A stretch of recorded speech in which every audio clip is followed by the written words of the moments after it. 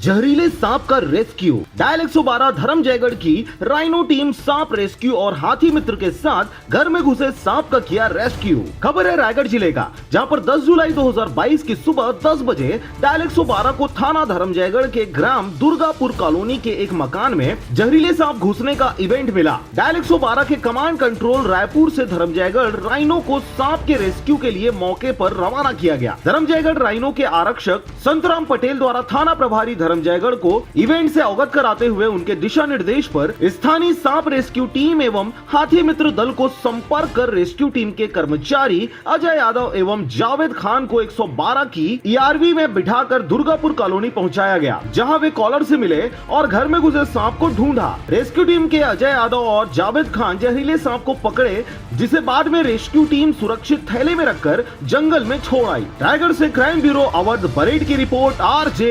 रमझाझर।